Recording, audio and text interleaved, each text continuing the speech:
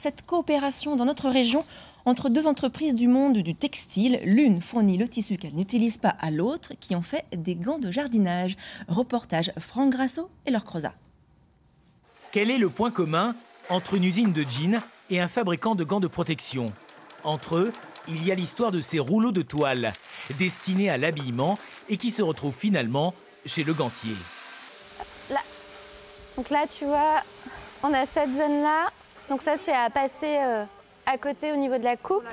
En raison d'imperfections, le textile ne pouvait être utilisé par l'atelier 1083, basé dans la Drôme. Mais il fera le bonheur de l'entreprise Rostin, dans le département de l'Ain.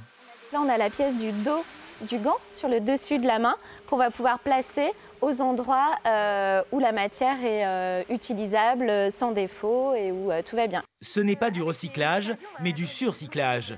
On introduit dans la chaîne de fabrication des matières premières dont on n'a pas l'usage ailleurs. Tout cela pour faire un gant de jardinage, moitié cuir, moitié jean. Une nouvelle expérience pour les couturières. J'adore cette matière.